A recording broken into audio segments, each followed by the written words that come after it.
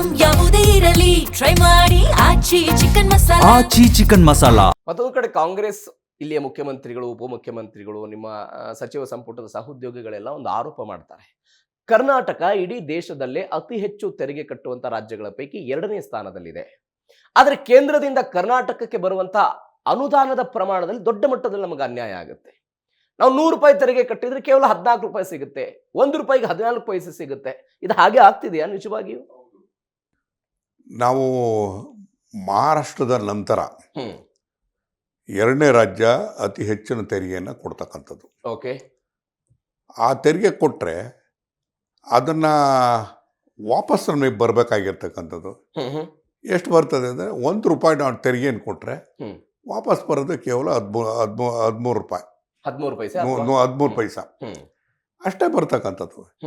ಕಾರಣ ಏನು ಅಂತ ಹೇಳಿದ್ರೆ, ನಾವು ತೆರಿಗೆಯನ್ನು ಕೊಡ್ತೀವಿ, ಅದು ಹಣಕಾಸು ಆಯೋಗಗಳ ಮುಂದೆ ಹೋಗ್ತದೆ. ಹಣಕಾಸು ಆಯೋಗಗಳು ಡೆವಲಪ್ ಆಗಿದೆ ಅನ್ನೋ ಕಾರಣಕ್ಕೋಸ್ಕರ ಹಣ ನಾವು ತೆರಿಗೆಯನ್ನು ಹೆಚ್ಚು ಕೊಟ್ಟಾಗ್ಯೂ ಕೂಡ ನಮಗೆ ಡೆವಲ್ಯೂಷನ್ನಲ್ಲಿ ಕೊಡ್ತಕ್ಕಂಥ ಹಣದ ಪ್ರಮಾಣ ಕಡಿಮೆ ಇರ್ತದೆ. ನಾರ್ತ್ ಸ್ಟೇಟ್ಸ್ ಇದ್ದಾವೆ, ಅಲ್ಲಿಗೆ ಹೆಚ್ಚು ಕೊಡೋಂಥ ಕೆಲಸ ಮಾಡ್ತಾರೆ.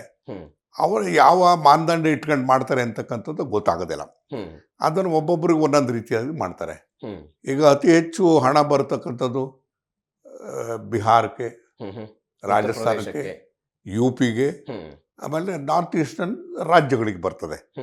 ಆದರೆ ಎಲ್ಲ ಒಂದು ಕಡೆಗೆ ಇಲ್ಲಿ ಸಂಪನ್ಮೂಲ ರೂಢಿಸ್ತಕ್ಕಂಥದ್ದು ಕೊಡ್ತಕ್ಕಂಥವ್ರು ನಾವು ಆಗಿದ್ದಾಗ್ಯೂ ಕೂಡ ಈ ರಾಜ್ಯಕ್ಕೆ ಪ್ರೋತ್ಸಾಹ ಕೊಡಬೇಕು ಅಂತಕ್ಕಂಥ ರೀತಿಯಲ್ಲಿ ಹಣ ಬಿಡುಗಡೆ ಆಗೋದಿಲ್ಲ.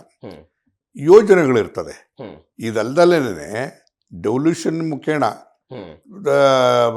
ಬರ್ತಕ್ಕಂಥದ್ದು ಭಾಳ ಕಡಿಮೆ ಇದ್ರೂ ಕೂಡ ಯೋಜನೆಗಳ ಮುಖೇಣ ಕೊಡಬೇಕಾಗ್ತದೆ. ಉದಾಹರಣೆಗೆ ನಾನು ಒಂದು ಹೇಳ್ತೀನಿ.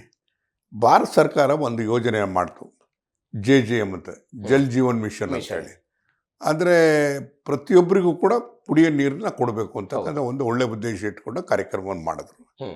ಆ ಕಾರ್ಯಕ್ರಮದಲ್ಲಿ 50-50 ಅಂತ ಹೇಳಿ ಇತ್ತು, 60-40 ಅಂತ ಇತ್ತು. ಅದನ್ನು ನಾವು 31 ಮಾರ್ಚ್ 2025 2025 ಮಾರ್ಚ್ಗೆ ನಮಗೆ ಸಂಪೂರ್ಣ ಹಣ ಬಿಡುಗಡೆ ಆಗಬೇಕಾಗಿತ್ತು. ಆಗಲಿಲ್ಲ. ನಮ್ಮ ಯೋಜನೆಗಳೆಲ್ಲ ಅರಬರೆಯಾಗಿದ್ವು.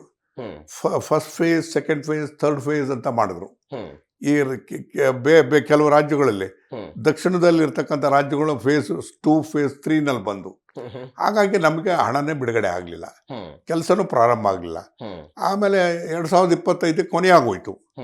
ಕೊನೆ ಆದಮೇಲೆ ಬಜೆಟಲ್ಲಿ ಹೇಳಿದ್ರು, ನಿರ್ಮಲಾ ಸೀತಾರಾಮನ್ ಅವರು ಹೇಳಿದ್ರು, ಈ ಯೋಜನೆನ 2028ವರೆಗೂ ಮುಂದುವರಿಸ್ತೀವಿ ಅಂತ ಹೇಳಿದ್ರು. ಈ ಮುಂದುವರಿಸ್ತೀವಿ ಅಂತಂದರೆ ಬಜೆಟಲ್ಲಿ ಹೇಳಿದಾಗ್ಯೂ ಕೂಡ ಅದು ಸಚಿವ ಸಂಪುಟದ ಮುಂದೆ ಹೋಗಿ ಅನುಮೋದನೆ ಆಗಬೇಕಾಗುತ್ತೆ. ಆದಾಗ ಮಾತ್ರ ಹಣ ಬಿಡುಗಡೆ ಮಾಡೋಕ್ಕೆ ಬರುತ್ತೆ, ಅಲ್ಲಿವರೆಗೂ ಬರೋದಿಲ್ಲ. ಈಗ ಅವ್ರು ಪ್ರಾಮಿಸ್ ಮಾಡಿದ್ದು ಅಲ್ಲೇ ಇದೆ. ಸಚಿವ ಸಂಪುಟದ ಮುಂದೆ ಮೊನ್ನೆ ಏನೋ ಕೂತ್ಕೊಂಡು ತೀರ್ಮಾನ ಆಗಿದೆ ಅಂತ ಗೊತ್ತಾಯಿತು, ಆದರೆ ಇನ್ನೂವರೆಗೆ ಹಣ ಬಿಡುಗಡೆ ಆಗಿಲ್ಲ. ಈಗ ನಮಗೆ ಯೋಜನೆಗಳು ನಮಗೆ ನಡೀತಾ ಇರ್ತದೆ. ಇಲ್ಲಿ ದೊಡ್ಡ ಹಾಹಾಕಾರನೇ ಇರ್ತದೆ. ಬಿಲ್ಗಳು ಪೇಮೆಂಟ್ ಆಗದೆ ಇದ್ದಾಗ ದೊಡ್ಡ ಗಲಾಟೆಗಳು ನಡೀತದೆ, ಒತ್ತಾಯ ಬರ್ತದೆ.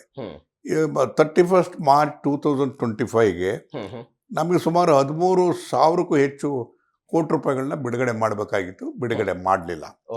ಆದರೂ ಕೂಡ ರಾಜ್ಯ ಸರ್ಕಾರ ತುಂಬುವಂಥ ಕೆಲಸವನ್ನು ಮಾಡ್ತು. ಅದಾದಮೇಲೂ ಕೂಡ ಆ ಯೋಜನೆಗೆ ಸಚಿವ ಸಂಪುಟ ಅನುಮೋದನೆ ಆದಾಗ್ಯೂ ಕೂಡ ಹಣ ಇನ್ನೂವರೆಗೆ ಬಿಡುಗಡೆ ಆಗಿಲ್ಲ. ಈ ಥರದ್ದು ಗಂಟುಗಳು ಭಾಳಷ್ಟು ಇರ್ತವೆ.